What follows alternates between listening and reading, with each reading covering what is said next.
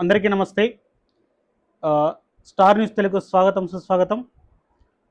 ఈరోజు మన ముందు మనం ముద్దుగా పిలుచుకున్నటువంటి త్రిబుల్ ఆర్ రామరెడ్డి గారు మన ముందున్నారు.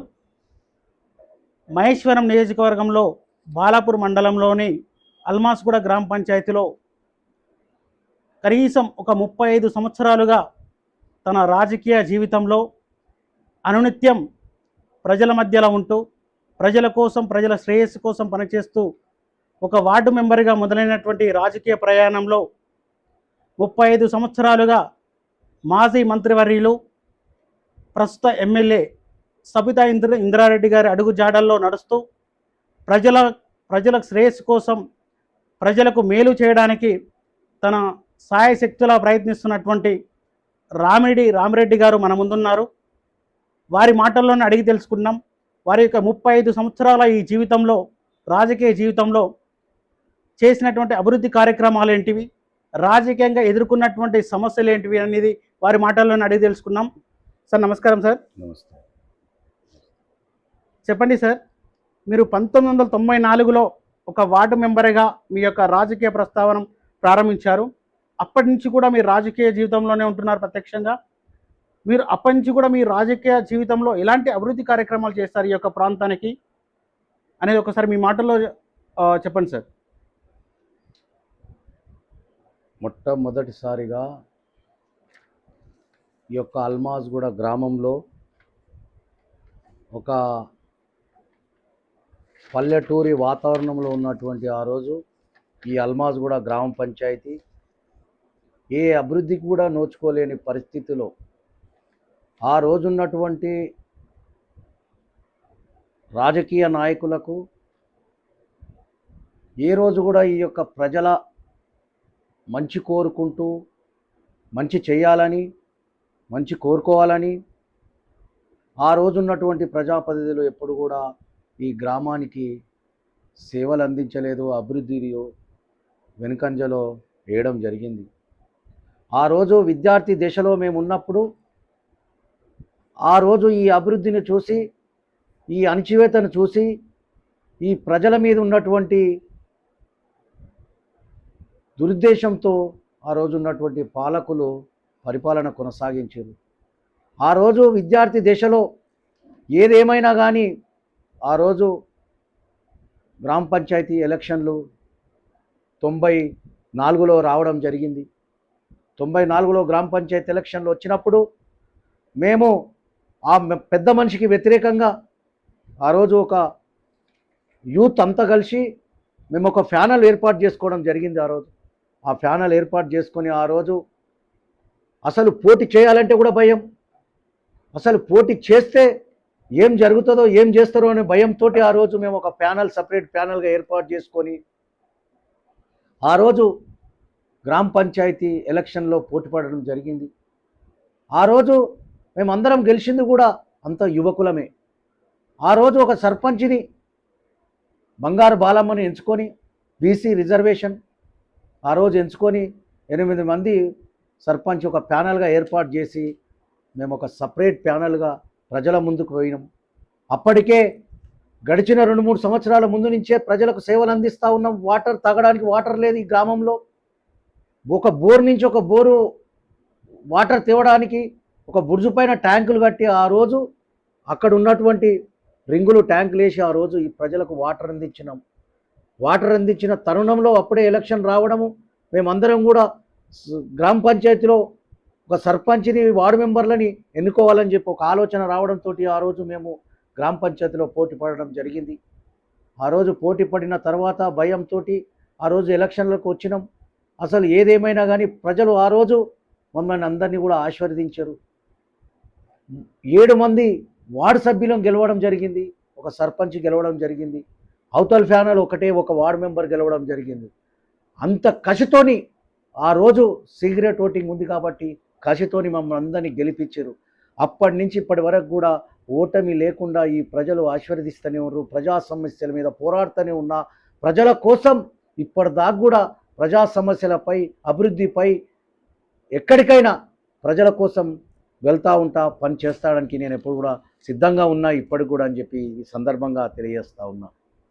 ఇంకొకటి సార్, వార్డు మెంబర్గా గెలిచారు, ఉప సర్పంచ్గా చేశారు, సర్పంచ్గా చేశారు, ప్రస్తుతం మున్సిపల్ కార్పొరేషన్ వరకు అంది వచ్చిన పదవులన్నీ చేశారు మీరు.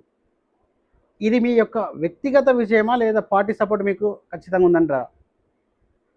ఆ రోజున్న పరిస్థితిలో గ్రామ పంచాయతీలో ఉన్నటువంటి పరిస్థితిలో ఆ రోజు పార్టీలకు అతీతంగా వ్యక్తిగతంగా మమ్మల్ని గెలిపియడము, ఉప సర్పంచ్ చేయడము, ఉప సర్పంచ్ చేసిన తర్వాత ఆ రోజే ఇక్కడ ఉన్నటువంటి గ్రామ పెద్దల సహకారంతో ఆ రోజే 95, 96 ఆ ప్రాంతంలోనే ఆ రోజే ఇక్కడ అల్మాజ్గూడ గ్రామానికి సంబంధించినటువంటి జన్మభూమి కార్యక్రమంలో ఆ రోజే ఇక్కడ అండర్ గ్రౌండ్ డ్రైనేజీ వేపించడం జరిగింది. ఆ రోజు జన్మభూమి కార్యక్రమం చంద్రబాబు నాయుడు గారు పెట్టారు. ఆ రోజు 30-70 కాంట్రిబ్యూషన్ కింద ఆ రోజు ప్రజల సహకారంతో 30% కంట్రిబ్యూషన్ తోటి ఆ రోజు అల్మాజ్గూడలో అండర్ గ్రౌండ్ డ్రైనేజీ చేయడం జరిగింది. ఆ రోజు నుంచే ప్రజల కోసం ఏదైనా చేయాలనే తాపత్రయంతో ఇప్పటిదాకా ముందుకొస్తా ఉన్నాను. ఇంకొకటి సార్, మీరు గత సంవత్సరం నుంచి కూడా మనం అంటే గత బీఆర్ఎస్ పార్టీ పాలన కూడా మీరు అధికారంలో ఉన్నారు, మేడం నమ్ముకొని ఉన్నారు. ఇప్పుడు కూడా మేడం ప్రస్తుతం ఎమ్మెల్యేగానే ఉంది. ఇప్పటి వరకు కూడా ఇంకా అల్మాస్ కూడా బడంగపేట ప్రాంతాలలో ఎక్కడి సమస్యలు ఎక్కడే ఉన్నాయి. డ్రైనేజీ కానీ, రోడ్ల సమస్యలు కానీ, నీటి సమస్యలు కానీ అక్కడే ఉన్నాయి. ఇప్పుడు ఒక పైప్ లైన్ కోసం రోడ్డు పంపితే అది 10 సంవత్సరాలు కానీ అలానే ఉంటుంది. అది మళ్ళీ దాన్ని మరమ్మతులు చేసేటువంటి ఆలోచన కూడా ప్రస్తుతం రాజకీయ నాయకులు చేయట్లేదు. దీని గురించి మీరు ఎలా స్పందిస్తారు? ఒకటే నేను ఏమంటా ఉన్నా అంటే, ఏ ప్రభుత్వాలైనా ఈ రాష్ట్రాన్ని పరిపాలించని, ఉమ్మడి ఆంధ్రప్రదేశ్లో కానీ ఈరోజు తెలంగాణ రాష్ట్రంలో కానీ ఎప్పుడు ఏ ప్రభుత్వాలు పరిపాలించినా కానీ గ్రౌండ్ రిపోర్ట్ తీసుకొని ఏదైనా ఏర్పాటు చేస్తే బాగుంటుంది. ఆ రోజు నగర పంచాయతీ ఏర్పాటు చేసిన, కార్పొరేషన్ ఏర్పాటు చేసిన, ఈరోజు జిహెచ్ఎంసీలో విలీనం చేసిన, ఏం చేసినా కానీ నిజంగా కూడా గ్రౌండ్లో ఏం జరుగుతుందని తెలుసుకోకుండా చేయడం జరిగింది. ఆ రోజు 2006లో నేను సర్పంచ్గా గెలుపొందిన తర్వాత ఈ యొక్క గ్రామానికి కావలసినటువంటి మౌలిక సదుపాయాలను అన్నీ ఏర్పాటు చేసుకోవడం, అప్పుడప్పుడు ఈ గ్రామము ఇంకా జనాభా సెక్టర్స్ రావడము, ఇక్కడ ఇండ్లు రావడము, కొత్త కొత్త కాలనీలు ఏర్పడము అప్పుడు జరుగుతూ ఉంది. 2006లోనే ఈ సర్పంచ్గా నన్ను గెలిపించడము, అప్పటి నుంచే ఈ అభివృద్ధిలో బీజాలు వేయడము, అభివృద్ధిలో ప్రజలకు మౌలిక సదుపాయాలు కల్పించడము, అప్పుడప్పుడే ఈ యొక్క గ్రామాన్ని కానీ కొత్తగా వచ్చిన కాలనీలను కానీ ఎంతో అభివృద్ధి చేయడం జరిగింది. అభివృద్ధి జరుగుతున్న తరుణంలో ఆ రోజున్నటువంటి ప్రభుత్వం గ్రామ పంచాయతీలను తీసి అక్కడక్కడ వ్యవసాయ పొలాలు ఉన్నా కానీ జనాభా అక్కడక్కడ కాలనీలు దూరం కాలనీలు ఏర్పడ్డా ఈ విలేజ్ వాతావరణాన్ని తీసుకుపోయి ఆ రోజు నగర పంచాయతీగా ఏర్పాటు చేయడమే ఆ రోజు తప్పిదం. ఎప్పుడు చేయాలంటే కార్పొరేషన్ ఎప్పుడైతే ఏర్పడ్డదో అప్పుడు ఒక నగర పంచాయతీ చేస్తావా, మున్సిపల్ చేస్తావా చేయాలి. అప్పటికే అభివృద్ధి కుంటుపడ్డది. అంటే మళ్ళీ నగర పంచాయతీ ఏర్పడ్డ తర్వాత మళ్ళీ తీసుకొచ్చి మున్సిపల్ కార్పొరేషన్ చేయడం వలన మళ్ళా జిహెచ్ఎంసీలో విలీనం చేయడం వలన ప్రజలకు చాలా నష్టం జరుగుతూ ఉంది. అభివృద్ధికి ప్రాంతం నోచుకోలేని పరిస్థితిలో ఉంది.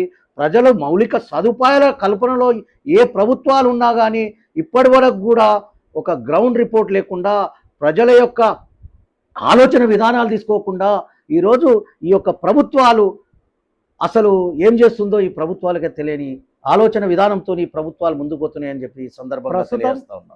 మీరు అభివృద్ధి పనులు చాలా చేసినామంటున్నారు, ప్రజలేమంటున్నా అవి పేపర్ స్టేట్మెంట్కే పరిమితమైనాయి, అభివృద్ధి జరగలేదు అంటున్నారు. నిజంగా మీరు చేసిన అభివృద్ధి ప్రజలకు ఉపయోగపడిందా? అభివృద్ధి అనేది నిరంతరం సమస్యలతోటి ఏదైనా కానీ ఈరోజు ఈ రోడ్ వేసినామంటే నెక్స్ట్ డే ఇంకొక రోడ్ అవసరం ఉంటుంది, ఆ రోడ్ వేసినామంటే ఇంకొక రోడ్ అవసరం ఉంటుంది. ఆ రోజున్న పరిస్థితిలో మీర్పేట నుండి అల్మాజ్ కూడా రావడానికే రోడ్డు సక్రమంగా లేని పరిస్థితుల ఈ రోడ్డు పరిస్థితి చూడండి.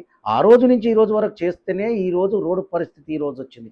ఆ రోజు సింగిల్ రోడ్ డెవలప్ చేసినాం, ఈరోజు మంత్రి సబితా ఇంద్రారెడ్డి వచ్చినాక డబల్ రోడ్ ఏర్పాటు చేసింది. భవిష్యత్తులో ఇంకా రేడియల్ రోడ్ కావచ్చు, ఇంకా పెద్ద రోడ్ కావచ్చు, జనాలు పెరుగుతూ ఉంటే ఈ రోడ్లు అభివృద్ధి ఇంకా ముందుకు కొనసాగుతుంది. ఏదేమైనా కానీ ఈరోజు ప్రజలను అడగండి మీరు. ప్రజల సమస్యలపై రామిరెడ్డి ఈరోజు అభివృద్ధి చేసింది కాబట్టే ఆ రోజు నగర కాకముందు సర్పంచ్గా నేను పనిచేసినప్పుడు నిర్మల్ పురస్కార్ అవార్డు అబ్దుల్ కలాం చేతుల మీదుగా అందుకోవడం జరిగింది. ఆ రోజు నేను అభివృద్ధి చేశాను. శానిటేషన్, ఈ గ్రామ పరిసర ప్రాంతాలను పరిశుభ్రంగా ఉంచాను. అన్ని విషయాల్లో, డ్రైనేజ్ విషయాల్లో, రోడ్ల విషయాల్లో, సంబంధించిన మౌలిక సదుపాయాల విషయాల్లో, అన్ని విషయాల్లో సక్రమంగా అభివృద్ధి జరిగింది కాబట్టే ఆ రోజు నిర్మల్ పురస్కార్ అవార్డుకు ఈ యొక్క ప్రభుత్వం ఎంపిక చేసిందని చెప్పి సందర్భంగా తెలియజేస్తా ఉన్నా.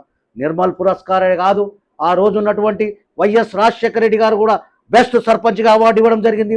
ఆ రోజున్న మంత్రి సబితా ఇంద్రారెడ్డి జిల్లా మంత్రిగా నాకు అవార్డు ఇవ్వడం జరిగింది. ఆ రోజున్న ఎమ్మెల్యే గారు కూడా మల్రెడ్డి రంగారెడ్డి గారు కూడా నాకు అవార్డు ఇచ్చి ప్రోత్సహించడం జరిగిందని ఈ సందర్భంగా తెలియజేస్తా ఉన్నా. ఇంకొకటి అతి ముఖ్యమైనటువంటి ప్రస్తుత రోజుల్లో జరుగుతున్నటువంటి, మీరు కూడా ఎన్నో కథనాలు వింటూనే ఉన్నారు ఈ మధ్యలో. 10 సంవత్సరాల అధికారంలో ఉండి చెరువుల సుందరీకరణ పేరుతోటి బడంగ్పేట్, అల్మాస్గూడ ప్రాంతాలలో సుమారుగా 160 కోట్ల అవినీతి జరిగిందని చెప్పేసి మాజీ మేయర్ కనుసంధల్లో జరిగిందని చెప్పేసి బీజేపీ ఎద్దేవా చేస్తూ ఉంది. దీనికి కూడా బీఆర్ఎస్ పార్టీ సపోర్ట్ చేసిందని చెప్పేసి బీజేపీ పార్టీ ప్రధానంగా ఆరోపిస్తూ ఉంది. దీన్ని మీరు ఏ విధంగా సమాధానం చెప్తారు?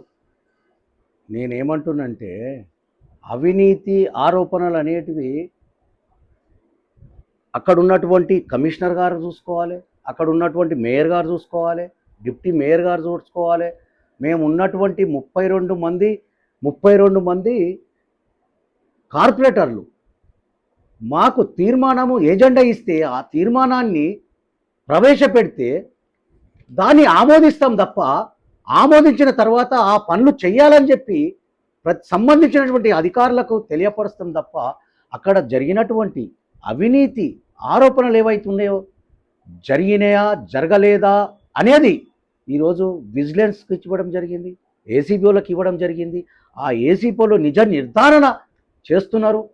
అది నిజ నిర్ధారణ జరిగిందనే చెప్పి 10 మందిని అధికారులను సస్పెండ్ చేశారు. అందులో ఇంకా మేము కూడా బీఆర్ఎస్ పార్టీ తరఫున ఇందులో ఎవరెవరైతే ఉన్నారో లోతు నుంచి విచారణ చేపట్టి దానికి సంబంధించినటువంటి ప్రజాపతిలో ఎవరైనా ఉంటే బయటకు తీయాలని చెప్పి చర్యలు చేపట్టాలని చెప్పి నిన్న మొన్న జరిగినటువంటి ప్రెస్ మీట్లో కూడా మేము చర్యలు చేపట్టాలని చెప్పి మేము ఖచ్చితంగా దానికి కట్టుబడి ఉన్నాం. మాకు ఎలాంటి సంబంధం లేదు బీఆర్ఎస్ పార్టీకి.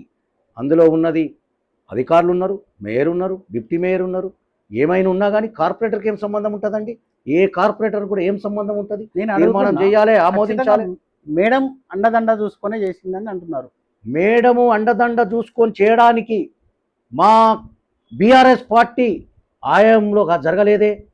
ఎప్పుడైతే 23 డిసెంబర్ తర్వాత, ఎప్పుడైతే డిసెంబర్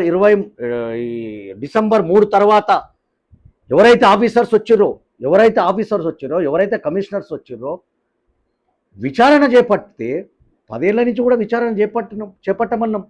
తర్వాత 2 ఏళ్ల తర్వాత జరిగినటువంటి ఈ అవినీతి బయటకు వచ్చింది కాబట్టి కాంగ్రెస్ పార్టీ అధికారంలో వచ్చిన తర్వాత సరస్వతి గారు, రఘు గారు కమిషనర్లు ఉన్నారు. ఎప్పుడున్నారు?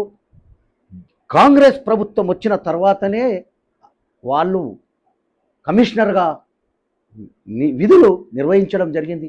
వారు వచ్చినప్పుడు తర్వాతనే ఇది జరిగింది కాబట్టి సబితమ్మకు ఇందులో ఎలాంటి సంబంధం లేదని చెప్పి తెలియపరుస్తూ ఉన్నా. ఎందుకంటే ఇది ఇప్పటి కూడా చెప్తా ఉన్నాం, సబితా ఇంద్రారెడ్డి గారు బీఆర్ఎస్ పార్టీ అధికారంలో ఉన్నప్పుడు 10 సంవత్సరాల నుంచి ఎంక్వైరీ చేయమని చెప్తా ఉన్నాం. 10 సంవత్సరాల నుంచి ఏమన్నా అవినీతి జరిగితే అప్పుడు మాట్లాడదామని చెప్పి సందర్భంగా గత జరిగిన ప్రెస్ మీట్లలో చెప్పినాం.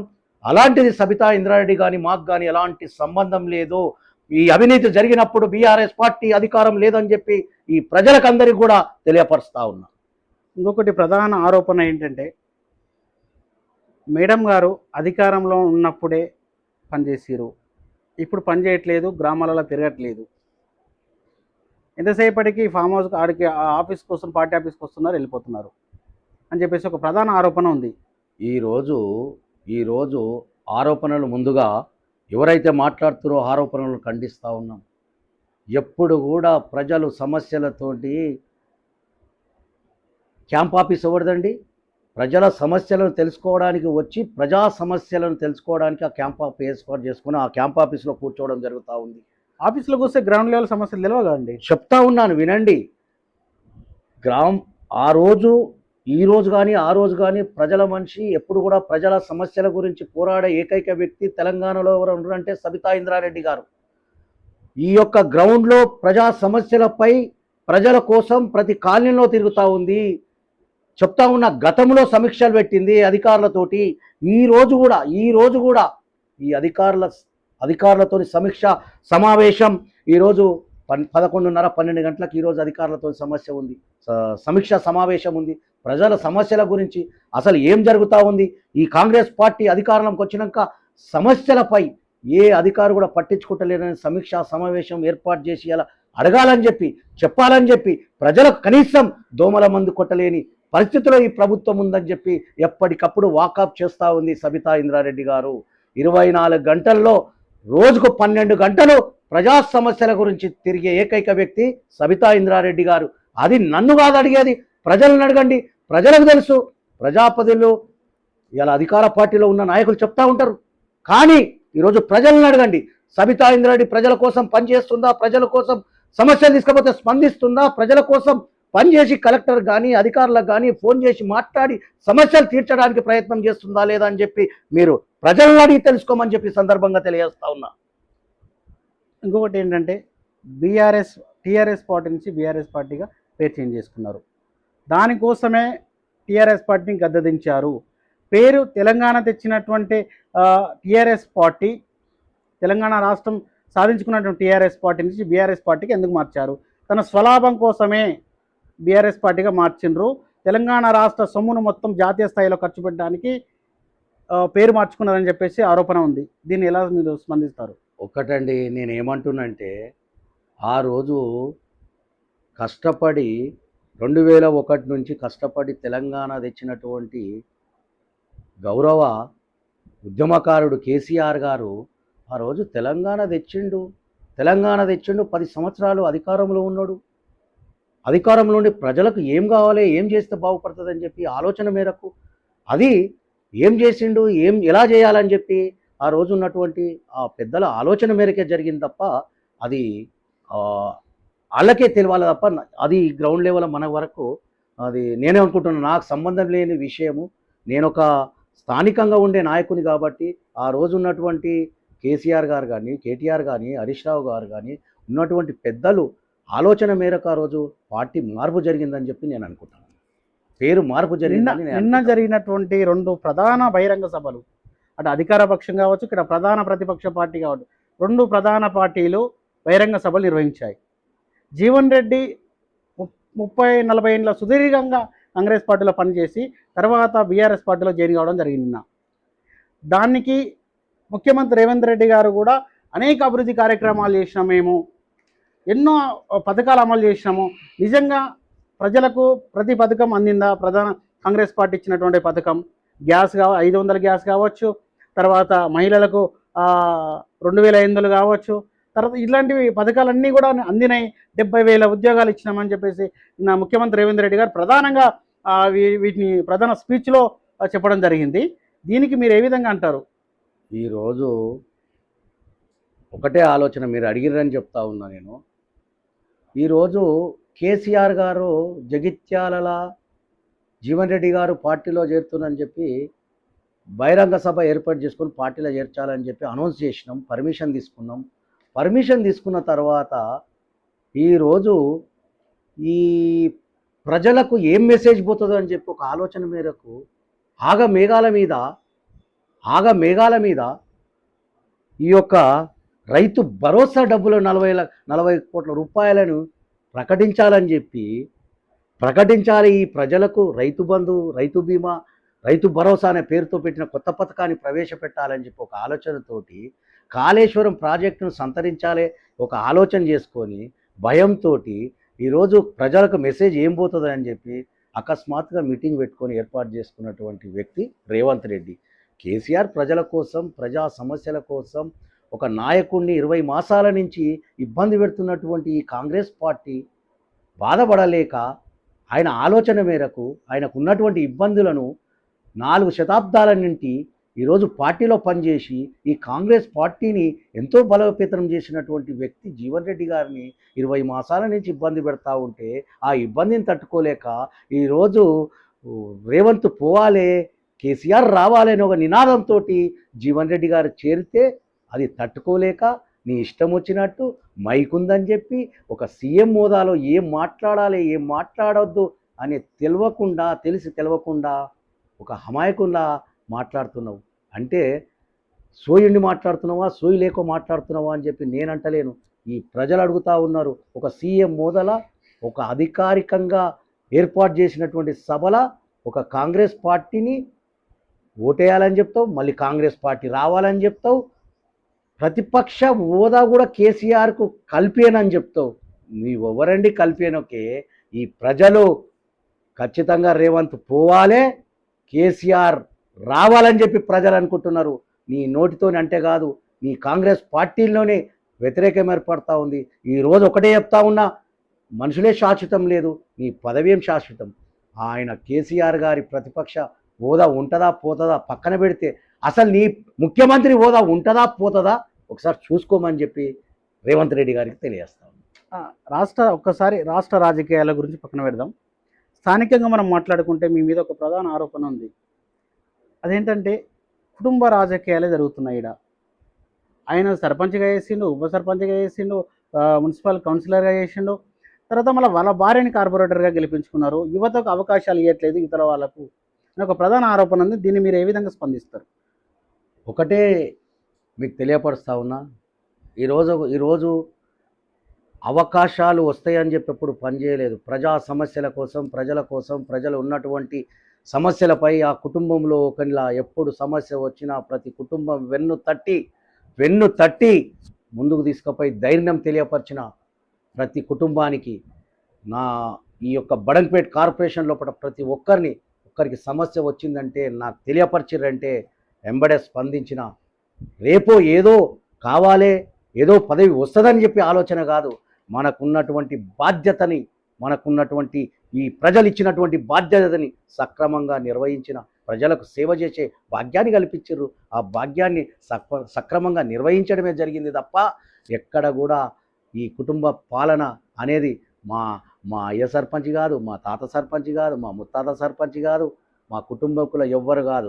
స్వయం శక్తితోటి రాజకీయాలకు వచ్చిన ఒక యువతతోటి ముందుకొచ్చిన ఈ అల్మాజ్ కూడా ప్రజలతోటి ఎన్నికైన ఈ ప్రజల సహకారంతో వరుసగా గెలుస్తూ ఉన్న ఈ ప్రజలకు మంచి చేస్తున్నా కాబట్టి ప్రతిసారి గెలిపిస్తూ ఉండరు. వాళ్ళకు అవకాశం ఇస్తే వాళ్ళకు ఉన్నటువంటి సమస్యలపైన, వాళ్ళకు ఉన్నటువంటి ఏ పని అయినా చేసి పెట్టడానికి నేను ముందుకొస్తున్నా కాబట్టి నన్ను గెలిపిస్తూ ఉన్నారు. భవిష్యత్తులో కూడా తెలియపరుస్తూ ఉన్నా, భవిష్యత్తులో కూడా నాకు అవకాశం రావాలని కాదు, ప్రజాప్రతినిధి ఉన్నా లేకున్నా ప్రజల కోసం, ప్రజా సమస్యల కోసం ఎల్లవేళలా పోరాడతా. ఒక మంచి పేరు కోసం, మంచి తరం కోసం. జీవితంలో సచ్చేదొక్కనాడు, పుట్టేదొక్కనాడు, కానీ సచ్చంత వరకు ఒక మంచోడని చావాలనే ఒక ఉద్దేశంతో ప్రజల కోసం పనిచేస్తున్నా తప్ప నేను ఎప్పుడు కూడా నా కుటుంబంలోనే నా వాళ్ళు నిలబడాలని ఒక ఆలోచన లేదు. భవిష్యత్తులో ఎవరు నిలబడ్డ వాళ్ళ కోసం పనిచేస్తాను. భవిష్యత్తులో ఎవరి బీఫామ్ తెచ్చుకున్నా కానీ నేను పనిచేయడానికి సిద్ధంగా ఉన్నా. కానీ ప్రజలు ఆమోదిస్తే నేను ఎప్పటికైనా వారి కోసం, నిలబడ్డ వారి కోసం, ఎవరు బీఫామ్ తెచ్చుకుంటే వారి కోసం పనిచేయడానికి నేను రెడీ ఉన్నా. ఎప్పుడు కూడా నేను నిలబడాలి, మరొకసారి నాకు అవకాశం రావాలని ఎప్పుడు కూడా ఆతృత లేదు నాకు. ఎప్పుడు కూడా వేరే వాళ్ళకి బీఫామ్ ఇస్తూ ఉంటే పార్టీ మీరు లాబింగ్ చేయకుండా ఉంటారా? ఒకటే చెప్తా ఉన్నా, బీఫామ్ అనేది ఈరోజు ఉన్నటువంటి మా హైకమాండ్, మా యొక్క తెలంగాణ రాష్ట్ర పార్టీ సర్వే ప్రకారం నిర్వహించి రాబోయే కాలంలో రిజర్వేషన్ ఏర్పడ్డ తర్వాత సర్వే ప్రకారం ఎవ్వరు పోటీలో ఉన్నారు, వారిని సర్వే చేసి ఎవరు గెలుపొందుతారనే సర్వేలో తేలితే వారికి బీఫామ్ ఇవ్వడానికి మా రాష్ట్ర పార్టీ సిద్ధంగా ఉంది. దాని ప్రకారమే మేము ముందుకు పోతాం. రాష్ట్ర పార్టీ మా సబితా ఇంద్రారెడ్డి గారు ఏ నిర్ణయం తీసుకుంటే ఆ నిర్ణయం కోసం నేను పనిచేస్తా. ఎప్పుడు కూడా సబితా ఇంద్రారెడ్డి గారి కోసం, సబితా రెడ్డి నిర్ణయాల కోసం నేను ఎప్పుడు కూడా వ్యతిరేకించనని చెప్పి సందర్భంగా తెలియజేస్తా. ఆమె ఏ నిర్ణయం తీసుకున్నా ఆ నిర్ణయానికి ఏకీభవిస్తా, ఆమెతోనే నడుస్తా. ఎప్పుడు కూడా ఆమె మాట జవ దాటేదే లేదని చెప్పి సందర్భంగా తెలియజేస్తా. ప్రస్తుతం అధికారంలో ఉన్నటువంటి కాంగ్రెస్ పార్టీ ప్రజాపాలనలో అలమాసుగూడ ప్రాంతంలో కావచ్చు, బడంగపేట్, నాదుర్గూడ ప్రాంతాల్లో కావచ్చు, అనాధికారిక నిర్మాణాలు, భూ కబ్జాలు ఎక్కువ అవుతున్నాయి. దానికి ప్రధాన ప్రతిపక్ష పార్టీగా మీరు ఎలాంటి చర్యలు తీసుకుంటున్నారు? ఈరోజు ఒకటే తెలియపరుస్తూ ఉన్నాం. ఈరోజు కాంగ్రెస్ పార్టీ అధికారంలోకి వచ్చిన తర్వాత ఈ పార్కులు కబ్జాలు అనుకోండి, ఈ ఓపెన్ నాలలు, చెరువుల కబ్జాలు అనుకోండి, ఈరోజు ఉన్నటువంటి ఒక చెరువుకు లింక్ ఉన్నటువంటి కాలువ నాలలు, ఫిరంగి నాలనుకోండి, ఎన్నో కబ్జాలు జరుగుతూ ఉన్నాయి. ఎన్నోసార్లు ఈ ప్రభుత్వానికి తెలియపరచడం జరిగింది. రేపో మాపో కూడా ఈ కర్నల్ గారికి, కలెక్టర్ గారికి వినతిపత్రం ఇవ్వబోతూ ఉన్నాం. ఈ యొక్క కబ్జాలపైన, ఈ అవినీతి పైన ఇంకా ఎవరెవరు ఉన్నారు దీనిపైన అని చెప్పి చర్యలు చేపట్టాలని చెప్పి మేము ఎప్పటికప్పుడు వాకప్ చెప్పి అధికారులు తెలియజేస్తూ ఉన్నాం. సంబంధించినటువంటి అధికార పార్టీలో ఉన్నటువంటి మంత్రులకు, అధికారంలో ఉన్నటువంటి ఇన్ఛార్జ్ మంత్రి శ్రీధర్ బాబు గారికి కూడా తెలియజేయడానికి మేము సంసిద్ధంగా ఉన్నాం. ఎప్పటికప్పుడు కూడా ఈ ప్రభుత్వం తెలియజేస్తాం, చర్యలు చేపట్టాలని చెప్పి తెలియజేస్తూ ఉన్నాం. ప్రస్తుతము ఈ యొక్క ప్రాంతంలో ఉన్నటువంటి యువతకు ఉద్యోగ అవకాశాల కోసం 10 సంవత్సరాలుగా మీరు ఏం చేశారు? తర్వాత ఇప్పుడున్నటువంటి ప్రజాపాలనకు, కాంగ్రెస్ ప్రభుత్వ పాలనకు ఏమని సలహా ఇస్తారు? ఒకటే చెప్తా ఉన్నాం. గతంలో బీఆర్ఎస్ పార్టీ అధికారంలో ఉన్నప్పుడు ఎన్నోసార్లు సబితా ఇంద్రారెడ్డి గారి నాయకత్వంలో జాబ్ మేళాలు ఏర్పాటు చేసి సంబంధించినటువంటి ప్యాప్సీట్ లాంటివి ఉన్నటువంటి ఏర్పాటు చేసినటువంటి సంస్థలలో అక్కడ జాబ్లు ఇప్పించడం జరిగింది. చాలాసార్లు సుమారు 15 నుంచి 20 వేల మందికి సబితా ఇంద్రారెడ్డి గారి నాయకత్వంలో జాబ్ మేళాలు ఏర్పాటు చేసి ఉద్యోగ అవకాశాలు కల్పించడం జరిగిందని చెప్పి సందర్భంగా తెలియజేస్తాం. మున్సిపల్ కార్పొరేషన్ నుంచి జిహెచ్ఎంసీలో విలీనం చేశారు కాంగ్రెస్ పార్టీ ప్రభుత్వం. ఇది మీ లాభదాయకంగా ఉందా? మీరు జిహెచ్ఎంసీలో ఖచ్చితంగా పోటీలో ఉంటారా ఈసారి? ముందుగా ఈ ప్రభుత్వం తీసుకున్న నిర్ణయాన్ని ఎవరితోని, ప్రజలతోని కానీ, స్థానికంగా ఉండే ప్రజాప్రతినిధులతోని కానీ సంప్రదించకుండా పార్టీలకు అతీతంగా అన్ని పార్టీల వారిని సంప్రదించకుండా ఈ నిర్ణయం ఏదైతే జిహెచ్ఎంసీలో విలీనం చేసిరు చూడు, దాన్ని తీవ్రంగా వ్యతిరేకిస్తున్నాం, ఖండిస్తూ ఉన్నాం. ఎందుకంటే ఒకసారి ఆలోచన చేయండి. ఈరోజు వ్యవసాయ భూములు ఉన్నాయి చాలా, ఇంకా అభివృద్ధి చెందే ఓపెన్ ప్లేస్ చాలా ఉంది. కార్పొరేషనే మున్సిపల్ కావాలి, కార్పొరేషన్గా ఉండాలి, ఇంకా కొన్ని రోజులు అభివృద్ధి పడుతుంది. ఇప్పుడిప్పుడే అభివృద్ధి చెందుతూ ఉన్నాయి ఈ ప్రాంతము. దీన్ని తీసుకుపోయి జిహెచ్ఎంసీలో విలీనం చేయడము, ఈరోజు విలీనం చేసిన తర్వాత ప్రజలకు ఎంత ఇబ్బంది జరుగుతూ ఉందండి. కనీసం దోమల మందు కొట్టలేని పరిస్థితి, కనీసము ఒక డ్రైనేజ్ మాన్యువల్ కట్టలేని పరిస్థితి, ఒక రిపేర్ చేయలేని పరిస్థితి, ఒక చెత్త ఎత్తలేని పరిస్థితి. ఈరోజు ఒక కాలనీ వ్యక్తి ఒక సమస్య వచ్చిందంటే ఎవరికి చెప్పుకోవాలనో అయోమయంలో ఉన్నటువంటి పరిస్థితి. కనీసం ఎన్నికలు పెడితేనన్నా ఆ ఎన్నికల ప్రజాప్రతినిధిని చెప్పుకునే పరిస్థితి ఉంటుండే. కనీసం ఎవరికి చెప్పుకోవాలనో అయోమయ పరిస్థితిలో ఈ ప్రజలు ఉన్నారు. ఈరోజు సమస్యలతో కుట్టుమిట్టాడుతూ ఉన్నారు ఈ ప్రజలు. కనీసం దోమల మందు కొట్టలేని పరిస్థితిలో ఉన్నారు. సీపురుతోటి చెత్త ఊడ్చలేని పరిస్థితిలో ఈరోజు జిహెచ్ఎంసీలో విలీనమైన బాడంపేట్ కార్పొరేషన్లో ప్రజలు ఎంతో ఇబ్బంది పడుతూ ఉన్నారు. శానిటేషన్ కరెక్ట్ లేక రోగాల బారిన పడబోతూ ఉన్నారు. ఈరోజు ఒకటే తెలియపరుస్తూ ఉన్నా, ఈరోజు కనీసం దోమల మందు కొట్టలేని పరిస్థితి ఉంటే కనీసం నిన్న మొన్న పాపం ఆ రోడ్లపైన చిన్న చిన్న వ్యాపారాలు చేసుకునే డబ్బలు కానివ్వండి, తోపుడు బండ్లు కానివ్వండి, తొలగించడం జరిగింది. ఏం లాభం అండి? మీరందరూ స్తంభాలు తీయండి, వాళ్ళకు నష్టపరిహారం కల్పించండి, ఇండ్ల వాళ్ళకు సెట్ బ్యాక్ చేయండి, రోడ్ వేసి వెళ్ళండి. ప్రజలు సిద్ధంగా ఉన్నారు, మాకు నష్టపరిహారం కల్పించండి, మేము వెనకసారి కట్టుకుంటామంటున్నారు. కల్పించకుండా ఇష్టం వచ్చినట్టు అక్రమ నిర్మాణాలని చెప్పి కూల్చివేస్తే ఏం జరుగుతుందండి? ఇలా కూల్చివేసారు బడంపేటలో, ఏం జరుగుతుంది అక్కడ? ఎక్కడ చెత్త అక్కడనే, ఎక్కడ మట్టి అక్కడనే, ఎక్కడ రాళ్ళు అక్కడనే, రోడ్డు మీద కనీసం ఎక్కడ మట్టి అక్కడ ఉండి, ఎక్కడ సీసీ రోడ్డు కూడా గీకి అంతా కుప్పలమయం చేసిరు. చెత్తెత్తలేని పరిస్థితి. ఇందులో కలిపితే ఏముంది? జిహెచ్ఎంసీలో కలిపితే ఏం అభివృద్ధి జరుగుతుంది? ఒక రోడ్ వేయలేని పరిస్థితి. మేము లాస్ట్ మీటింగ్లో జిహెచ్ఎంసీలో విలీనం చేయకముందు కనీసమైన ఒక 80 కోట్ల రూపాయలను తీర్మానం చేసినాం. అందులో కనీసం 10 కోట్ల పని కూడా ఈ ప్రభుత్వం చేయలేని పరిస్థితి ఉంది. ఏం చేయాలనుకుంటారు ఈ ప్రజలను? మీరు ఏం చేయాలనుకుంటారు? ఈ బడంపేట ప్రజలను ట్యాక్సీ కడతలేరా? ట్యాక్సీ 90% ట్యాక్సీ కట్టే ప్రజలు ఉన్నారు ఇక్కడ నివాసం ఉండే ప్రజలు 90% ట్యాక్సీ కడతారు, ట్యాక్సీ బరాబర్ తీసుకుంటారు, కానీ అభివృద్ధి మాత్రం లేదు, మౌలిక సదుపాయాలు లేవు. కనీసం ఒక వీధి లైట్ వేయడానికి కూడా ఎన్నోసార్లు అడిగితే కానీ లైట్ వచ్చే పరిస్థితి లేదు. ఇది అధికారుల నిర్లక్ష్యం అనుకోవాలనా? ప్రభుత్వ నిర్లక్ష్యం అనుకోవాలనా? ఎవరి నిర్లక్ష్యం అనుకోవాలి? ఈ నిర్లక్ష్య వైఖరి నిజంగా కూడా తీవ్రంగా ఖండిస్తా ఉన్నాం. జిహెచ్ఎంసీ ఎన్నికలు వస్తే మీరు బరిలో ఉంటారా? బరిలో ఉంటే ప్రజలు మిమ్మల్ని నమ్మి ఓటేస్తారా ఈసారి? ఒక్కటే తెలియపరుస్తా ఉన్నా, ప్రజల కోసం పదవి ఉన్నా లేకున్నా ప్రజల కోసం పనిచేస్తా. ప్రజల కోసం గతంలో నుండి కూడా ఈ రోజు వరకు కూడా మా అమ్మాయిన రామిడి కళావతి గారి పేరు మీద చుట్టుపక్కల కాలనీల్లో ఎన్నో కమిటాలు నిర్మాణం చేసినాం, ఎన్నో దేవాలయాలు నిర్మాణం చేసినాం మా కంట్రిబ్యూషన్ తోటి.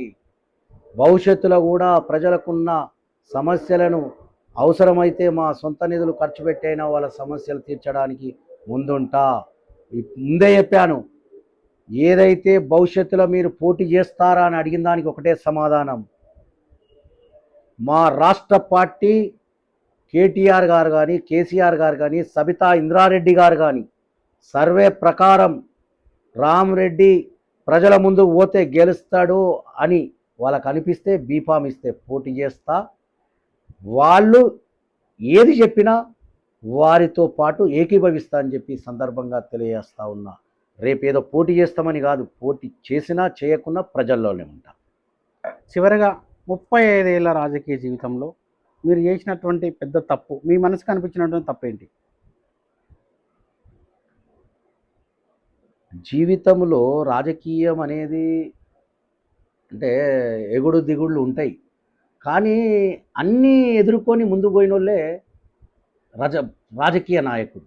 చాలా సమస్యలు ఉంటాయి, తప్పిదాలు ఉంటాయి, మంచి ఉంటుంది, చెడు ఉంటుంది, అన్నీ ఉంటాయి. అన్నీ ఎదుర్కొని పోయిన వాడే రాజకీయ నాయకుడు. ప్రతి ఒక్కడు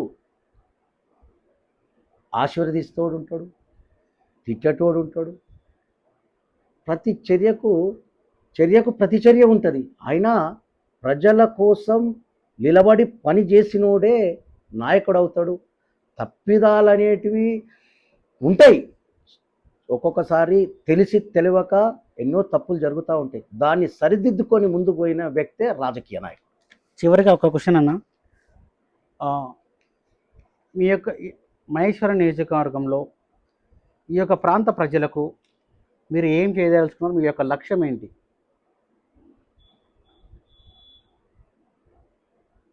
ఒకటే తెలియపరుస్తా ఉన్నా, మహేశ్వరం నియోజకవర్గం ప్రజలకు సబితా ఇంద్రారెడ్డి గారి నాయకత్వం లోపట ఆమె వెంబడుండి ఎప్పటికప్పుడు సబితా ఇంద్రారెడ్డి గారి నాయకత్వంలో ఆమె చేసే అభివృద్ధి కార్యక్రమాలని బలపరుస్తూ అవకాశాలు వస్తే, భవిష్యత్తులో రాజకీయ అవకాశాలు వస్తే ఖచ్చితంగా ప్రజల ముందుకు వెళ్తాం.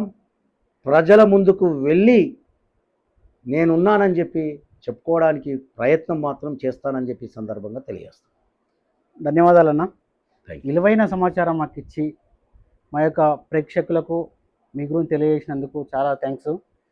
Thank you.